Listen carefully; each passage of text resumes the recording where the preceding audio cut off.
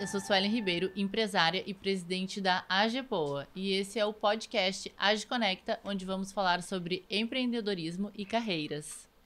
Eu sou William Assis, empresário e presidente do Conselho da Associação dos Jovens Empresários de Porto Alegre. E hoje temos dois convidados mais do que especiais aqui, né, Will? Sim. Rafael Sobes e Fernando Ilau. Sejam muito bem-vindos. Muito obrigado. Obrigado. Então, meninos, o Rafael Sobes, muita gente conhece. É um atleta, ex-atleta, né? Muito famoso, principalmente aqui no Sul, que jogou no Esporte Clube Internacional, né? E a gente quer saber, Rafael, como hoje tu é um super empresário também. E a gente quer saber como é que foi essa tua transição de carreira, de atleta para empresário. Então, primeiramente é um prazer estar com vocês aqui, com esses feras. Eu tô me conhecendo, né? Eu nasci para uma nova vida, né? Carreira, ex-jogador ficou para trás. E hoje aí, pouco a pouco, conhecendo pessoas, usando um pouquinho do que eu tive, né? Da minha época de atleta.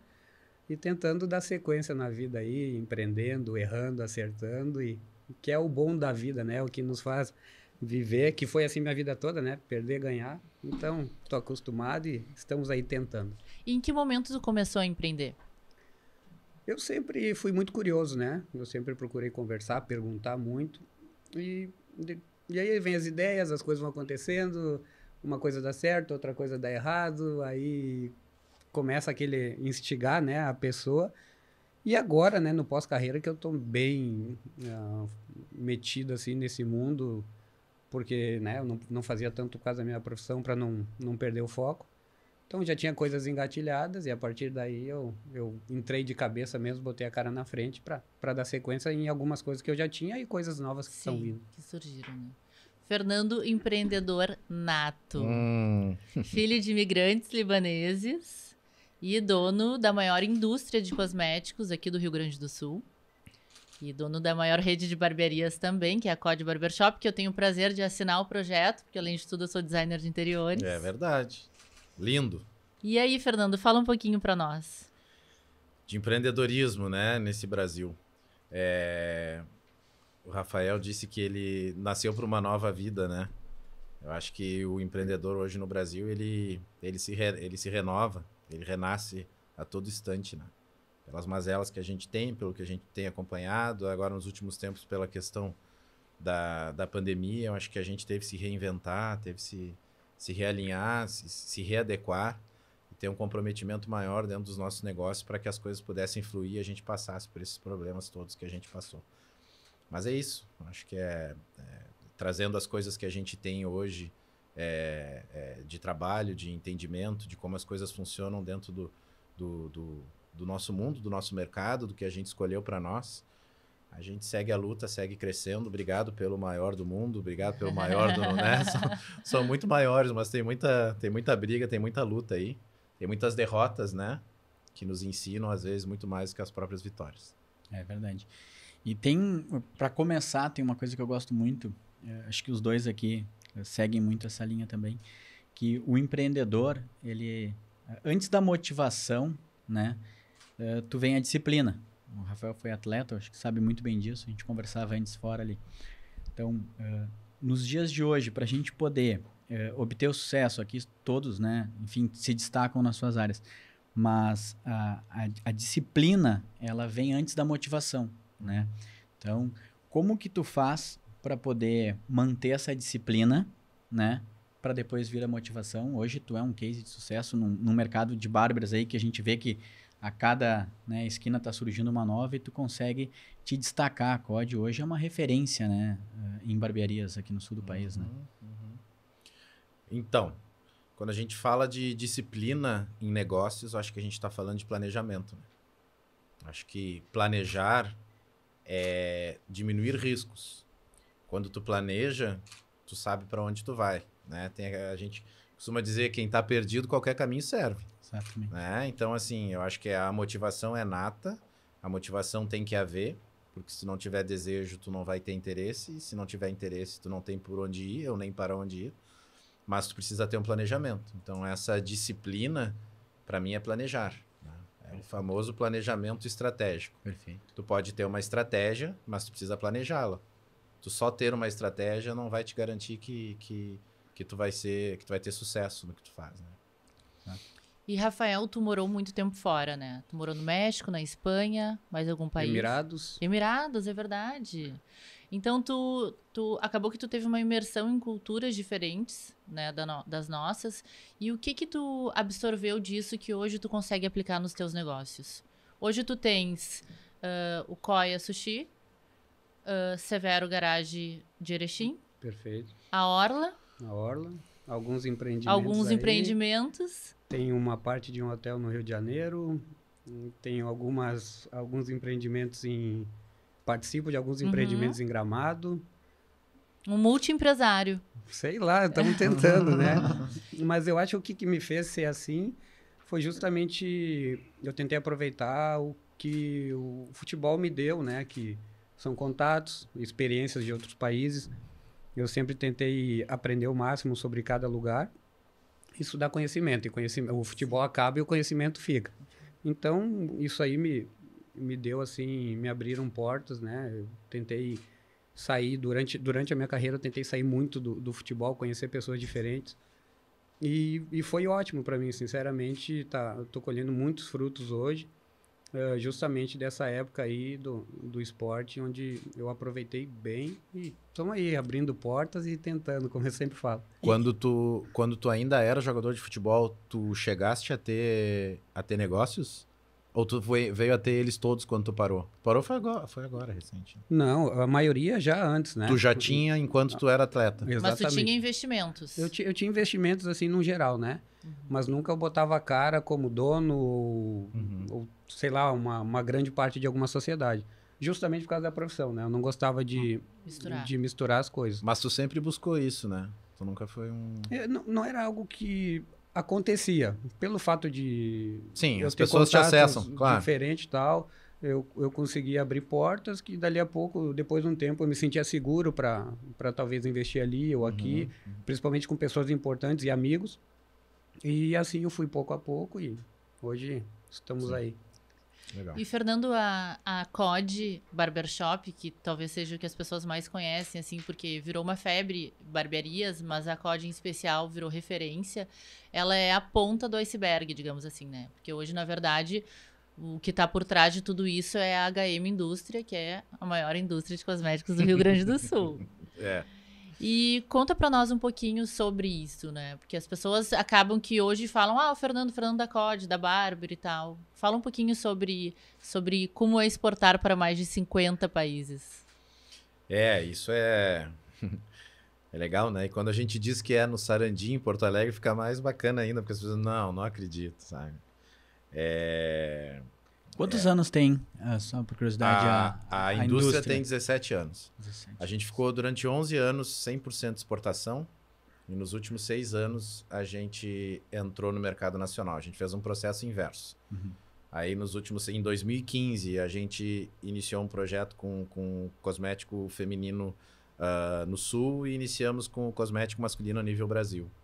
E aí o cosmético masculino respondeu muito bem, a gente acabou virando líder do setor e a gente briga forte agora nesse mercado, né? Mas falando de barbearias, as barbearias na realidade, a ponta do iceberg, né? Acho que é a ponta nervosa que a gente tem de conexão com o nosso cliente.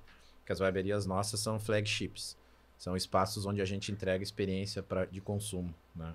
Isso é uma coisa que vem acontecendo muito, outras marcas estão criando flagships. E isso denota uma necessidade de 360 junto ao teu cliente, né? De mais de tu vender um item, tu contar uma história daquele item. A gente trabalha com produtos de valor agregado, então a gente precisa criar conexões diferentes com o cliente para que ele faça juízo de valor e entenda que o produto que ele está comprando faz jus com o que ele está pagando. Quando a gente criou as barbearias, era exatamente esse intuito, da gente contar uma história de clássico. E dentro daquela história de clássico, a gente conseguia agregar valor aos nossos itens para que o cliente se sinta confortável e se sinta, enfim, disposto a levar aquele produto e contar aquela história para demais, né? E onde tu busca essa inspiração da barbearia? Tu já gostava? Tu já consumia só por curiosidade? Porque eu frequento a COD, né? Então, realmente, é um ambiente que quando Sim. tu vai, tu tem uma experiência muito bacana. Sim. Porque tu entra numa imersão ali, Sim, né? sim. E tu acha a COD bonita? Demais. Acho que a tua arquiteta é muito boa. É muito boa, né? É verdade. A COD, ela é diferente das demais barbearias, né? O core da COD é corte e barba. Então, a gente não tem sinuca, a gente não tem chopp gelado, a gente não tem videogame. A gente tem a barbearia clássica na sua essência. E isso é uma das coisas que a gente não abre mão para a gente seguir contando a história, né? Hoje a gente tem um oceano azul de barbearia clássica no Brasil e um mar vermelho de barbearias. Uhum. Então, a gente tem N barbearias aí que, enfim, cada uma dentro do seu projeto, do seu interesse. Mas a COD é a única rede de barbearia clássica que a gente tem hoje na América do Sul, eu posso dizer assim, né? A gente tem espelhos com barbearias do exterior. A própria COD surgiu de uma experiência que a gente tinha no hub de árabe, que a gente ia bastante para Dubai por uma questão de negócios, e lá a gente ia em barbearias clássicas.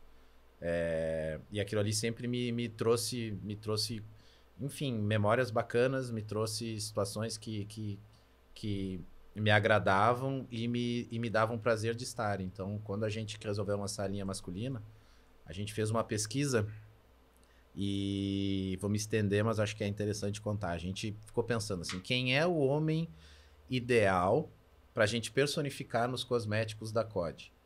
O homem ideal é bonito, charmoso, é bem arrumado, bem apessoado, é educado, abre a porta do carro, é um cara que sabe conversar, sabe se portar, tem boas maneiras. E a gente, não, ótimo, então tá, esse cara. Mas cadê esse cara? Esse cara não tá aqui. Não tá em 2000. Não tá nos anos 2000, não tá nos anos 90, não tá no tempo da brilhantina, não tá... Esse homem estava num pós-guerra, que era dos anos 20 e 30, e ali existia toda uma questão de classe, de cavalheirismo, né? E a gente disse, bom, então tá, então a gente vai ter que personificar esse cara dentro dos cosméticos da COD. Então, o shampoo da COD hoje é um frasco de medicamento dos anos 20, que a gente soprou. As barbearias nossas têm toda uma vibe e tem toda uma estrutura e tem toda uma tematicidade que a Suelen fez para nós também, que conta essa história dos anos 20 e 30. Então, a gente acaba aí trazendo o cliente para um ambiente que nos interessa e, a partir daí, a gente explora isso para que se agregue valor ao projeto como um todo. O boom das barbearias foi nos anos 2000, né? Foi. O homem ficou mais vaidoso? Tu é vaidoso, Rafael? Não. Não.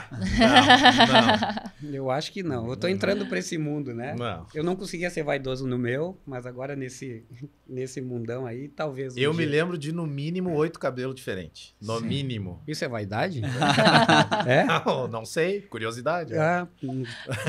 Se isso for vaidade. Vaidade então... com estilo. É verdade. É porque assim, deu um boom das barbearias. Então, tipo, onde estavam esses homens que agora frequentam muitas Olha barbearias? só, vocês, o nosso papo tá de barbearia, mas eu vou contar mais uma curiosidade que eu acho legal. Vocês sabem que a barbearia teve um momento que ela foi extinta. Não existia barbearia antes de 2000 e alguma coisa. Ou existia barbearias tradicionais lá do centro, que era aquele senhor lá com a que foto eu ia com meu pai. Que tu ia com teu pai, que eu também ia, que todos nós íamos. Mas a barbearia em si terminou. Por quê? Essa barbearia começou a terminar quando se terminou... Olha só que bacana a história. Quando se terminou a Segunda Guerra Mundial, os homens, na época, todos os homens tinham o mesmo processo de corte, que era um corte militarizado. Por isso que surgiu vários cortes oriundos do processo de corte militar. Depois daquilo veio os anos 50, que foi os anos dourados, e aí começou a entrar a questão do rock, e aí os homens começaram a deixar o cabelo mais comprido. Só que os barbeiros da época sabiam cortar o cabelo curto. E aí os homens de cabelo comprido começaram a acessar salões de beleza. Salões de beleza viraram unissex. E as barbearias viraram o corte, né, com buquinha. Coloca lá o negócio na cabeça, raspa em volta e tchau. Então aquilo ali já não tinha mais sentido, né? Os homens começaram a deixar a barba, os homens começaram a deixar o cabelo comprido. Veio aí a gente fala de 60, que daí é o estouro do rock. Aí veio 70, que era o Woodstock. Não tinha mais espaço para um barbeiro desse tipo. E esse barbeiro afundou. O ressurgimento da barbearia na Europa agora vem de barbeiros que são extremamente capacitados para fazer qualquer tipo de corte. E os barbeiros da COD assim o são. Então a gente tem clientes que têm cabelo comprido que vão lá cortar ponta. Tem cliente que tem cortes mais preparados em camada que eles vão cortar também. Então assim, o barbeiro de hoje é um cara mais 360, vamos dizer assim, dentro do mercado.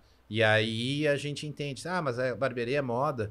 Eu acho que dessa maneira não é mais moda. Eu não vejo o homem que hoje acessa a COD retornando para um salão de beleza. Eu acho que hoje já se estabeleceu o movimento natural da coisa e a partir daí a situação melhora, né? A gente teve esse período aí, esse lapso de barbearias exatamente por essa inoperância do mercado, né? Do profissional barbeiro. E uma das grandes dificuldades que a gente vê no mercado do empreendedorismo no geral, assim, de pessoas que têm estabelecimentos, a gente tem muitos associados na AGEPOA que têm estéticas, enfim, relacionados à área da beleza, é fidelizar os clientes. O que que tu faz? Qual decisão que tu tem para Pro processo de pro fidelização. processo de fidelização? Qual decisão estratégica que tu tens para isso, assim? Como que funciona? Eu vejo 2 pilares para a gente fidelizar um cliente. Eu acho que a gente tem que ter padrão. Se tu for no McDonald's de Hong Kong, tem em Erechim, Rafa?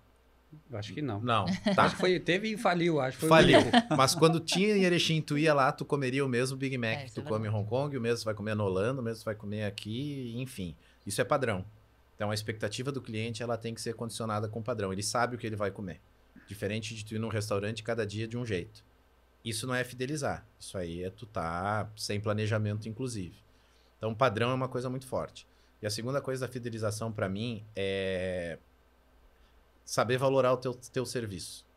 Na hora que tu fideliza um cliente por causa de preço, tu tá fidelizando um cliente que quer preço. Ele é fiel ao teu preço, ele não é fiel ao teu negócio. Então, a gente vê muito isso acontecer de, nossa, eu vou baixar meu preço para virem mais pessoas experimentarem. Então, às vezes, naquela leva de pessoas que vêm experimentar porque o teu preço é mais baixo, vem muita gente que quer preço. Se o teu concorrente do outro lado da rua colocar um pouco mais barato, aqueles clientes vão migrar para aquele local. E aí tu entra num processo autofágico. Tipo assim, né? Vocês estão literalmente desenvolvendo um processo negativo de cliente, conquista de cliente. Então, eu acho que assim, quando a gente fala de fidelizar, a gente fala de padronizar e a gente fala de valorar de maneira correta o teu negócio. Legal. Rafael, a gente te considera um cara super inovador, assim, de atleta para empreendedor e também chegou agora a investir em energia solar. Exato. Qual foi a conexão? Em que momento tu pensou, nossa, agora eu vou investir nisso? Porque por estudos que estão sendo feitos, o boom da energia solar ela vai vir daqui a alguns anos ainda, né? As pessoas já estão aderindo agora e o boom tá daqui a uns 10 anos. Eu já acho que é agora, É tá? agora. Quem pegar daqui a 10 anos já tá atrasado. Porque por causa de legislação, de muitas coisas. E como eu falei, eu sou muito curioso e eu tenho amigos, né? Que mexiam com isso e eu sempre perguntava. Só um parênteses, eu digo o boom, que eu acredito que daqui a uns 10 anos, todas as residências Não vai mais ser vão tendência, já ser a vai maioria, ser, né? normal. Então, o boom está sendo- inevitável. é. Exato. Até porque pela crise de energia que a Sim. gente está tendo, né? E cada vez vai ser mais caro e tal. Então, eu gosto de coisas novas, né? Comecei a conversar, procurar saber, louco para fazer negócio, louco para se meter em algo. E eu achei muito interessante, porque dentro desse mundo de energia solar tem um leque gigantesco de coisas que, inclusive, estão surgindo para nós que estamos mexendo com isso. Até emprego para limpar placas solares, né? Se parar para pensar... É verdade. Manutenção, né? Quem fizer uma empresa de manutenção vai ganhar muito dinheiro. Porque quem coloca não pensa como vai limpar. Claro. Porque é simplesmente limpar. Mas quem vai subir lá? E é um projeto novo, só que ele envelhece, precisa de manutenção, né? Tudo. Excelente. Então, dentro desse mundão aí, abre leques e sem falar que eu gosto de tentar espalhar coisa boa, né? E energia solar é coisa boa.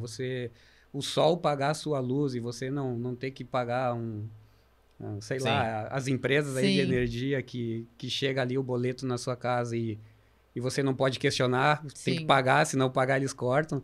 Então, energia solar a gente tenta espalhar o máximo que pode. É um boom, tem muitas empresas que estão surfando esse momento. legislação, as coisas vão mudar, daqui a pouco vão cobrar imposto do sol. Sim. Então, quanto mais pessoas souberem disso e aderirem a esse tipo aí, eles vão estar muito à frente. E 2030 já é um caminho assim sem volta, porque isso energia solar entra em carros elétricos, entra num leque de coisas que daqui a pouco é bem provável que você vai ter um carro, ele vai ter uma bateria, ele vai ficar no sol o dia todo, você vai chegar com ele na sua casa, vai conectar e o carro vai te dar a luz da tua casa. Então, esses caminhos aí é meio que inevitáveis, e tanto que várias empresas já falaram que não vão parar de produzir carros a combustão. Então, energia solar entra tudo nisso, né? Porque é o sol vai alimentar a nossa vida. Sim, a maior vantagem, então, da energia solar é a diminuição do custo da energia elétrica.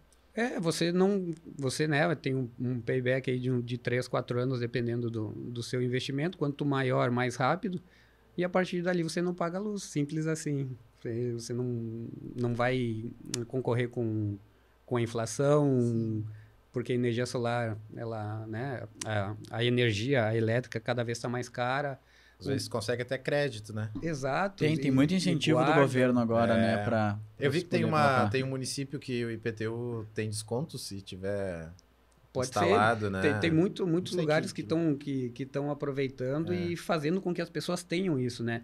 Porque o mesmo sol que está deixando a nossa energia cara hoje, né? Que é o que seca as hidrelétricas e tal, é o sol que vai pagar a tua luz daqui a um tempo. Então é um mundo bem legal, cada dia eu aprendo mais. Eu acho que esse benefício que vocês falaram é o benefício da pessoa física, né? Por questão de economia.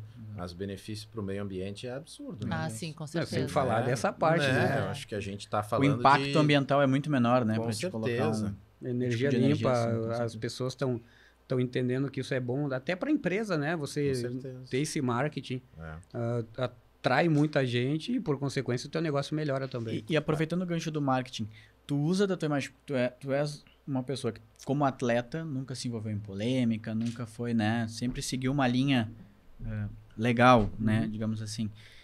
Tu usa da tua imagem para promover os negócios que tu entra? Às vezes sim. Se eu tenho uma imagem que é compatível com aquilo, eu tento, né? Eu sou um cara que não usava muito, né? As pessoas estão me ensinando a mexer um pouquinho mais.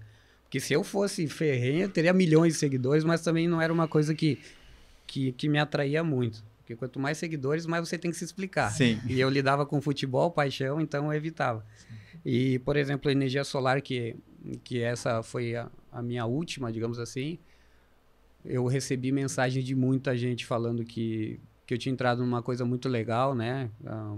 De ajudar as pessoas, fazer o bem, esse negócio do meio ambiente. Então eu vi que eu acertei.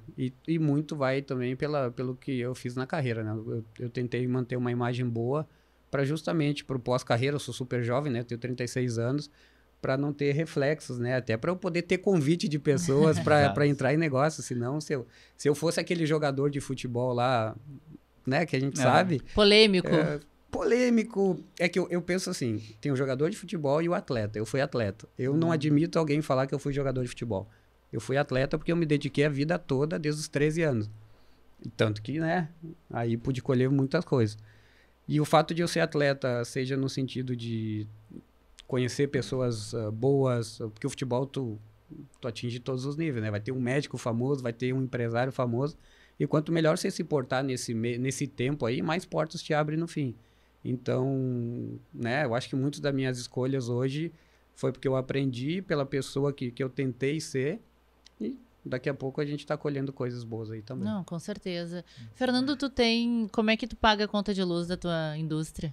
Como eu pago? Tem que colocar umas... Quero saber se tu tem já energia solar. Sim, não, a gente tem um estudo para implementar, mas como a gente está estudando uma troca de planta, a gente não avançou. Mas a gente tem um estudo já e realmente o payback é rápido.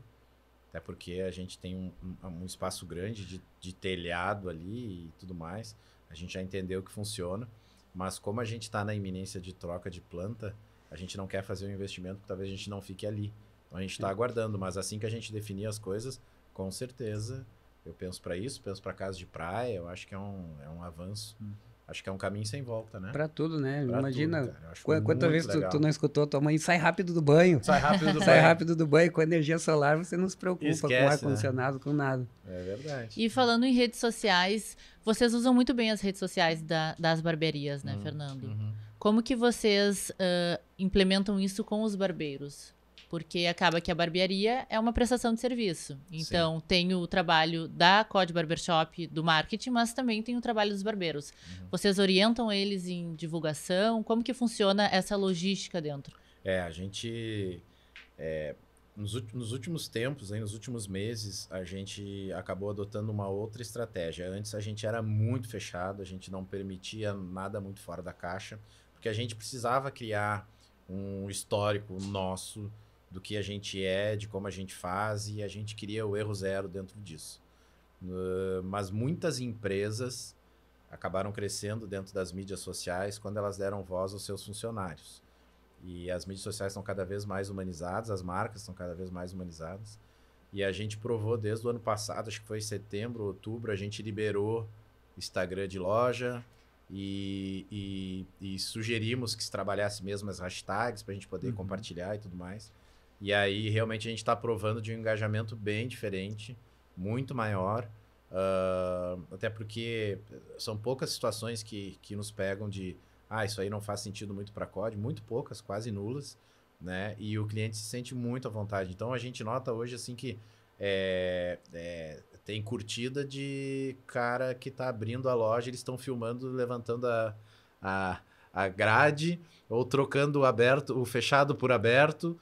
Quer dizer, o cliente se sente muito à vontade e parte do negócio. Né? São franquias ou são todas lojas próprias? Hoje a gente tem 8 lojas. A gente tem, por estratégia nossa, a gente tem nas principais cidades do Sul e Sudeste, né?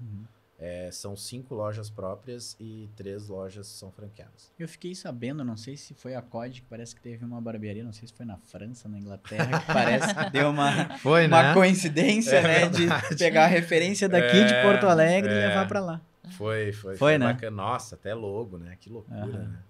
A internet é isso, né? Internet é isso. Faz parte, né? Faz parte. Né? Quantos barbeiros tem na rede? Mais ou menos. Na rede, mais ou menos, em torno de 30. 30 barbeiros. Como é que vocês fazem para gerir os 30 barbeiros? Porque eles são 30 empreendedores dentro de uma empresa, né? Que nós tivemos um barbeiro da COD, que foi o Gabriel, que ele recebeu o prêmio Jovem Empresário. Isso. E o Gabriel está à frente da COD da 24 de outubro, né? Eles têm participação? Sim. Ele é nosso sócio dentro da loja. Isso a gente tem um plano de desenvolvimento deles interno dentro da COD, que sugere que eles se tornem sócios de operações ou também eles podem absorver uma franquia para eles conforme interesse. Eu pergunto, Fernando, porque muitos começam jovens, né? Muitos. Então, a COD também tinha... é que eu sei muito da COD, porque eu tô inserida, né? Mas a COD também tinha uma escola de barbeiros, que era justamente para... Por que criaram a escola? É que assim, quando a gente abriu a primeira loja, 2 semanas depois, assim, aquilo nos assustou, porque tinha uma demanda muito reprimida. Era cara ofendido, porque não ia ser atendido na loja, tinha espera, tinha pessoa na rua, tipo, era um movimento bem estranho. E aí a gente, nossa, aqui tem um negócio, aqui tem um processo de franqueamento. Vamos avançar no franqueamento? Vamos. Abrimos um botão de franquia dentro do site. Hoje a gente tem mais de 250 formulários de franqueados interessados. Mas a gente não avança. Por quê? A estratégia inicial era que a gente fizesse uma escola para poder pegar o grande calcanhar de Aquiles nosso, que é a mão de obra qualificada.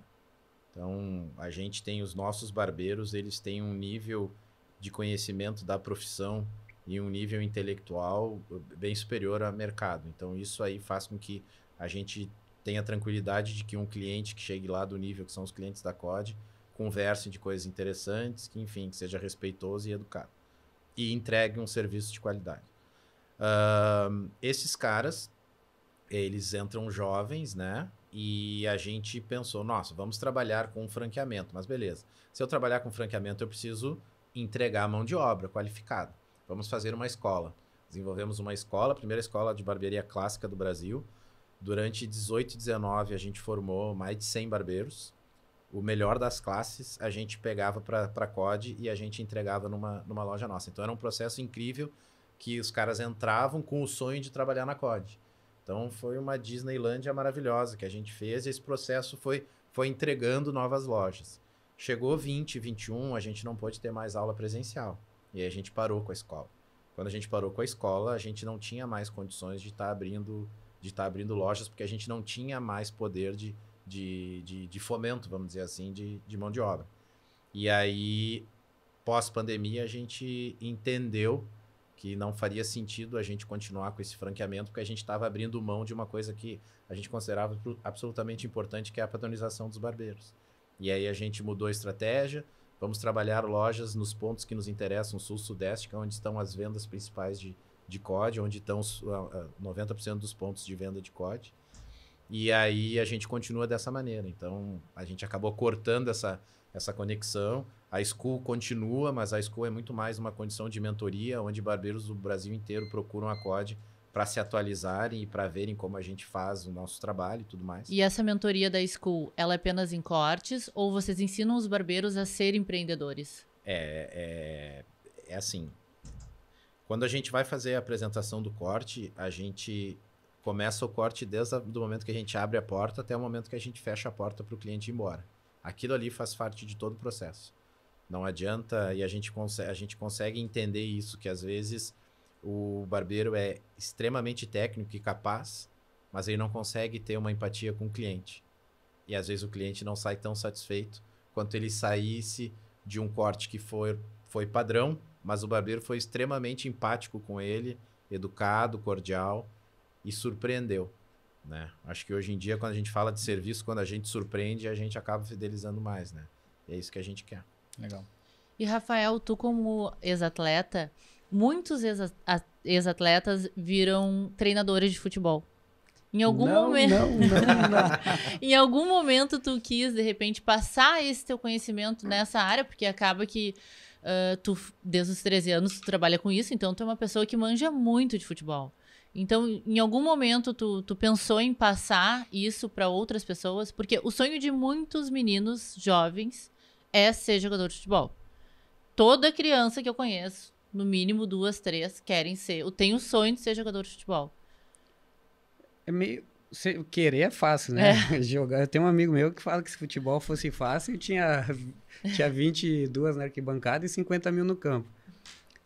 O preço é muito alto, é muito difícil, você, né, abandona tudo, e os que não conseguem abandonar não viram jogador. E muitos abandonam e não viram também, né? Exato, tipo, o preço é muito alto e o espaço é um funil, né? É muito, muito complicado. Então, durante toda a minha carreira, eu tentei ajudar no dia a dia mesmo, né? A partir do momento, eu aprendi muito e com o tempo fui tentando ensinar o que eu tinha aprendido com os mais velhos da minha época. Mexer com futebol, confesso que não pretendo, já tenho vários convites aí para ser diretor, para ser treinador, fazer curso, mas eu meio que cansei, né? Eu poderia estar jogando ainda. E eu quero abrir minha cabeça para outras coisas, eu quero melhorar em outras coisas, eu quero ter tempo para mim, porque Sim. Hoje eu sento num parque e eu fico feliz, né? Porque todo domingo eu estava concentrando, viajando. É verdade. E o atleta de futebol, ele trabalha todo dia para fazer o espetáculo de quem está de folga. É verdade. Sim. Então, passava, sei lá, 2 meses sem folga, eu era bem puxado. Então, eu não quero voltar a essa vida. Agora é empresário. E também, para eu entrar, por mais que eu tenha conhecimento... Agora tá tranquilo. Agora é empresário. Agora tá... A dor de cabeça... Agora tá bem. Eu quero me estressar com outras coisas, sabe? Então, não pretendo. Mas se um dia eu for, eu tenho que me preparar, né? Porque por mais que eu tenha esse conhecimento, ver de fora é uma coisa diferente, porque tá lidando com seres humanos, tá lidando com paixão, com loucura, com gente querendo te matar, te beijar. Então, tem que se preparar bem. É muito intenso o futebol. E nesse meio, para ti, é de certa forma uma novidade, né? Um meio empresarial, de fato. Antes tu investia, agora tu tá realmente, de fato, indo à frente do negócio. A quem tu te aconselha ou a quem tu te espelha, tu conversa, tu tem alguns gurus que tu Algum troca mentor? ideia pra Eu poder... pergunto muito, né? Eu sempre estou perguntando para meus amigos. Aqui é um que eu vou começar a perguntar muito também, porque é bom, os bons andam com os bons, né? Então, Exatamente.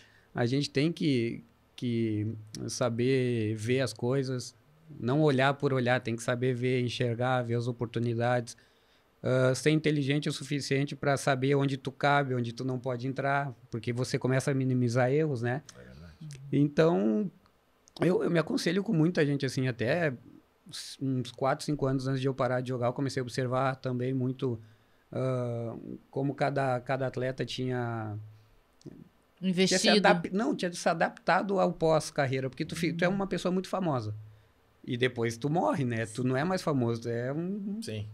Tu é igual a gente. Vira uma Descartável. chave, vira uma chave, É descartável. né? Então, ter uma vida normal. Eu tentei observar muito e confesso que até agora tá muito bem, a ponto de eu dizer que se eu soubesse do quão legal tava, eu teria parado antes. Nossa. Então, não sinto falta, não jogo bola, vejo pouco futebol, mais porque era o meu mundo, eu tenho que Claro. saber, não passar vergonha por aí. Mas eu me aconselho com muita gente, muito mais observando do que, né, na prática perguntando. Fernando, alguém te ensinou a empreender? A dor. A minha família é de empreendedores, né? Eu me criei dentro de loja. Tive muitas mulheres fortes, assim, na minha vida. Minha avó era uma mulher de negócios, assim, e sempre foi a matriarca, a mulher mais inteligente que eu conheci na minha vida. Minha mãe também. E isso são referências que a gente tinha. Então, eu cresci dentro disso de empreendedor, né?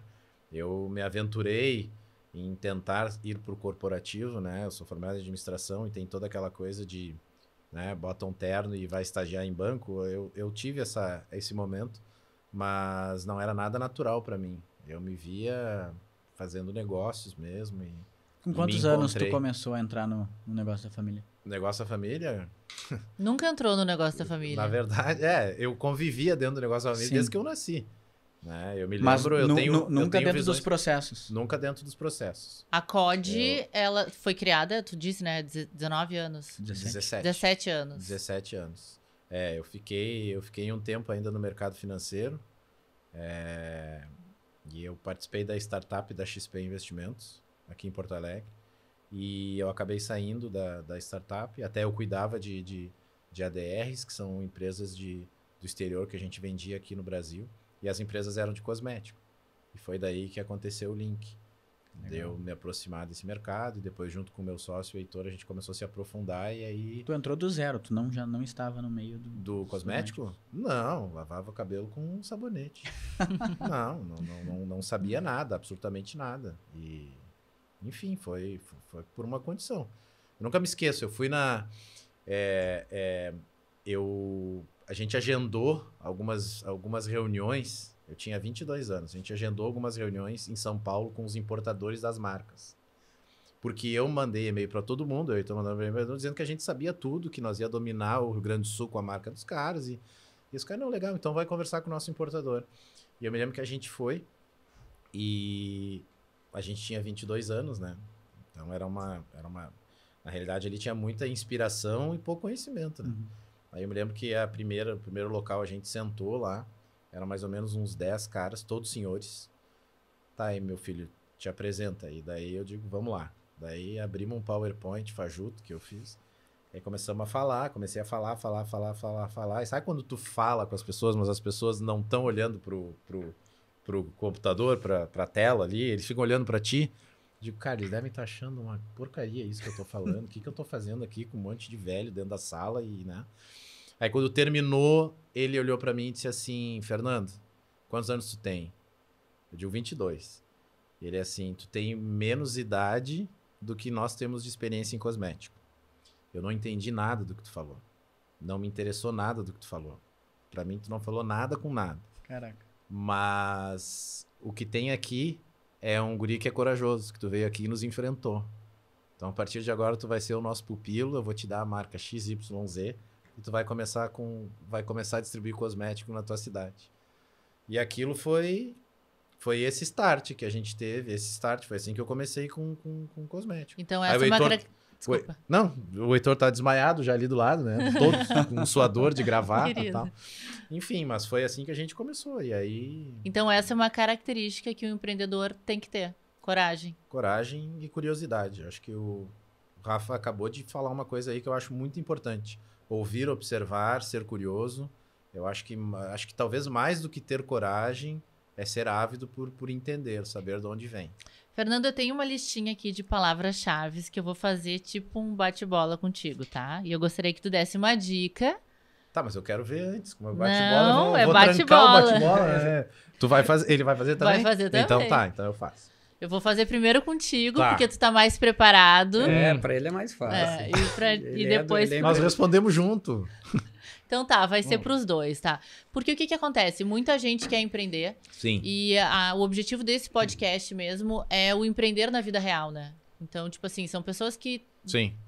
fizeram acontecer, que são referências, né? Seja de um determinado nicho, seja de outro. Uhum. Então, tipo, a gente tem...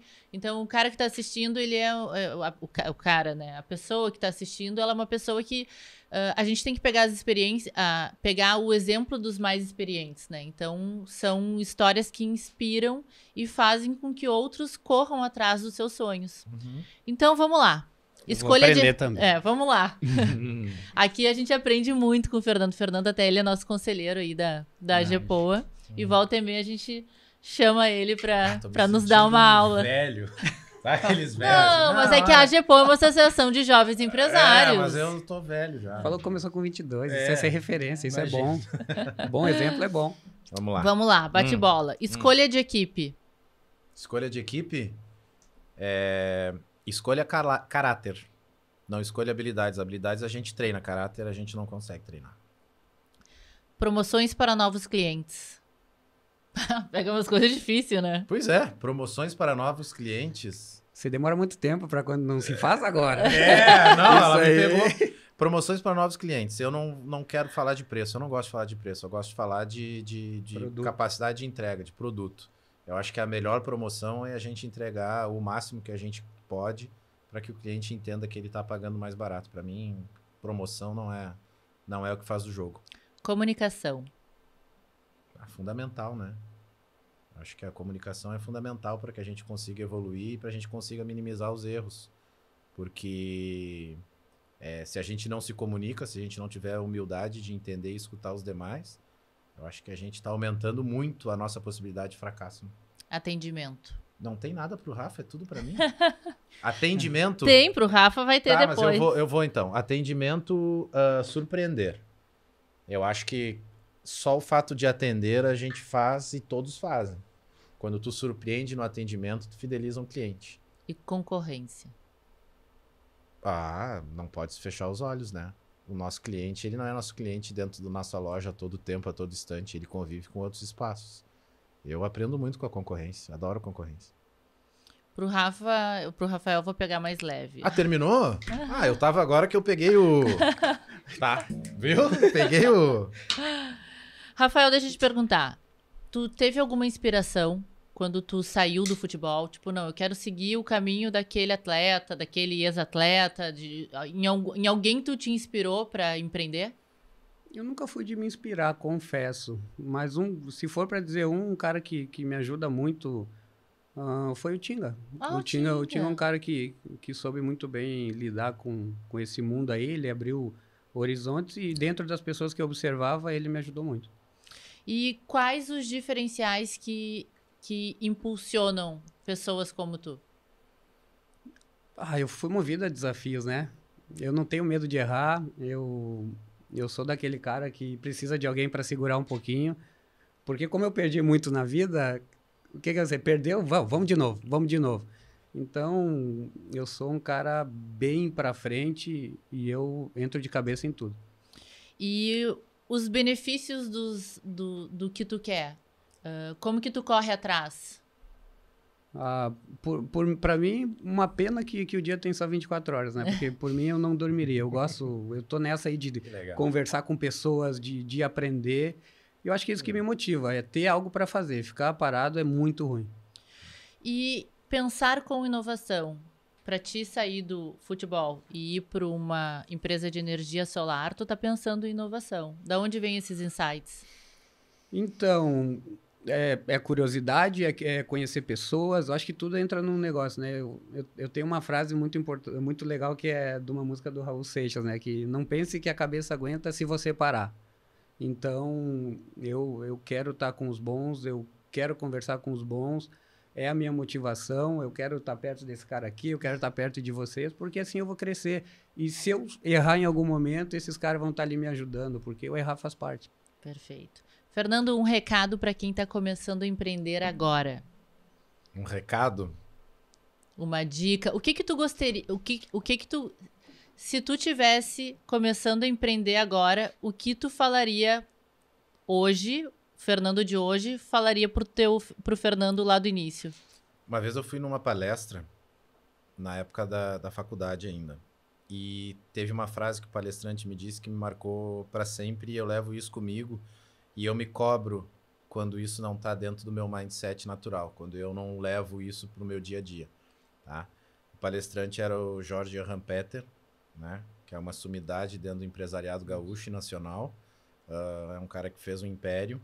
E em um momento lá, uma pessoa perguntou para ele qual é a característica em comum das pessoas que são vitoriosas, dos empresários vitoriosos que empreendem, né, com sucesso. E aí todo mundo ficou esperando alguma dica, né? E ele disse, todos eles têm senso de urgência.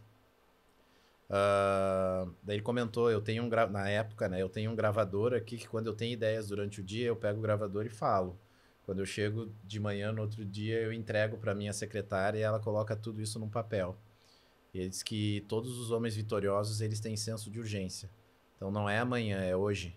A gente é dono de hoje. Amanhã a gente não sabe, o passado e ontem já passou. Então, se eu pudesse falar alguma coisa para quem quer empreender, que o senso de urgência é fundamental. Tu tem que começar a fazer as coisas. Tu não tem que esperar as coisas estarem perfeitas para te fazer. Às vezes tu começa e aquele começo ali é gigantesco. Rafael, tu teve milhares de fãs no decorrer da tua carreira. Tem muita gente que ainda se inspira em ti. O que tu tem para dizer para eles? Qual o recado que tu pode dar? O recado que energia eu vou solar. dar... exato. Invista em energia solar. O Pedro Bial, lembra do... Eu acho que eu tento, sem querer querendo, atingir essas pessoas no dia a dia mesmo, vendo que tem um pós-carreira para quem hoje está no futebol, né? Que a vida vai além disso, né? Como eu falei antes, 36 anos, tem uma vida pela frente. Acho que é ensinar, que, sei lá, seja falando bem, seja ajudando. Como o Fernando falou aqui, um negócio muito importante que eu acho legal, para todo mundo eu pergunto, todo mundo que está bem já dentro dos seus negócios, te chamaram de maluco no começo? Todo mundo fala assim. No começo não, ontem sim. me chamaram. Porque é aquela linha que tu ultrapassa onde tu abre portas. Então, eu gosto de conversar assim com malucos. Porque todo mundo que deu certo é maluco. Em algum momento. Ou seja, um familiar. Não, tá maluco, cara. Não faz isso. E então, eu acho isso muito legal. E pro maluco que é maluco, quando tu chama de maluco, aí mesmo que ele faz. Exato, mas é um empurrão que se precisa. É o que tu precisa. Dentro, claro, de uma lógica, né? Para não fazer loucuras, mas eu acho que as pessoas loucas são as que dão certo. E eu tento ensinar, assim, as pessoas me ver, sei lá, na minha postura, do meu jeito de ser, e eu tentar ensinar de alguma maneira. Mas eu não direciono, não. Perfeito. Olha, que prazer ter falado com vocês. Nossa, grandes ensinamentos do Rafael, do Fernando. Por tu ser atleta, Rafael, muitas coisas do que tu usa do que tu usou e que tu falou aqui do teu dia a dia como atleta, isso se aplica diretamente para o empreendedor. Então, exato, disciplina. Muito claro. Muito claro, assim. Disciplina. Então a gente vai fazendo alguns questionamentos de algumas coisas, mas se enquadram perfeitamente para quem está empreendendo. No meu mundo, muita gente mais talentosa ficou para trás. Mas, poucos treinavam como eu treinava. Então disciplina. Tu trouxe uma coisa que é disciplina, mas eu acho que tem muito de resiliência aí. Eu acho que saber perder é uma coisa que poucos sabem, né? E um atleta é obrigado a saber perder, porque o campeão... E num campeonato, com isso, né? No campeonato de 20 times tem 19 que são derrotados. Né? Exatamente. Então, eu acho que isso aí nos negócios é importante para que Mas eu concordo que saber perder é importante, mas saber ganhar também é importante. Sim, sem dúvida. Mas saber ganhar é fácil. É que saber perder. É verdade. É que saber perder às vezes te Aceitar, tira né? do prumo, né? Porque a dor, né? Mas é tu que o conseguir saber ganhar compreender pode a até dor da ser derrota. fácil, mas, tipo assim, tu ganhou, às vezes tu não dá todo o teu máximo potencial que tu daria se tu não tivesse ganho. Sim. Então, quando tu começa a ganhar, Pode ser perigoso. pode ser perigoso. Uhum. Exato. sim. Eu não gosto de ganhar coisa fácil. Quando é fácil, eu estranho. É. Porque não tem lógica. Começar dando certo não é assim. Então, tem um calo e quando você ganha, você tem que saber por que ganhou. Porque também É não tem verdade. graça. Aí você não dá valor à vitória. É verdade. verdade. Fernando, é sempre um prazer conversar O contigo. prazer é meu. Que É bom sempre ver uma vocês. aula, né? Que bom ver vocês que estão bem. Acho que é muito importante esse movimento que vocês fazem na GEPOA. Eu acho muito legal, acho estratégico do ponto de vista para os jovens empresários e que todos tenham esse interesse de estar com vocês. Participei de alguns eventos e eu vejo o quanto vocês se dedicam e o quanto são ricos. Não são eventos por eventos, são eventos que entregam bastante. Obrigado. E que bom que tem pessoas que valorizam e que quem não valoriza, que comece a valorizar, porque dá para se alimentar bastante da fonte que vocês criaram. Hein? Com certeza. Quer deixar o arroba? O arroba do Rafa? O Rafa, porque eu sei, ele não sabe o Instagram dele, O né? meu é Rafa Sobis. Como é que se diz? É aqui embaixo? É arroba Fernando _ Lau. Arroba Fernando _ Lau. Aqui. E Lau com H. E Lau com H-I-L-A-L. Mas vai ter aqui embaixo, Vai né? ter, né? Então tá. É. Vai, então só olha aqui embaixo. Aqui, ó. Tá tudo certo. Will, querido, obrigada pela Não, eu que participação agradeço. hoje. Maravilhoso estar com vocês aí, podendo dividir essa riqueza de conteúdo e de experiência. aí. E esse foi mais um Age Conecta, Empreender na Vida Real. Nos siga nas redes sociais, @agepoa e também no nosso canal no YouTube.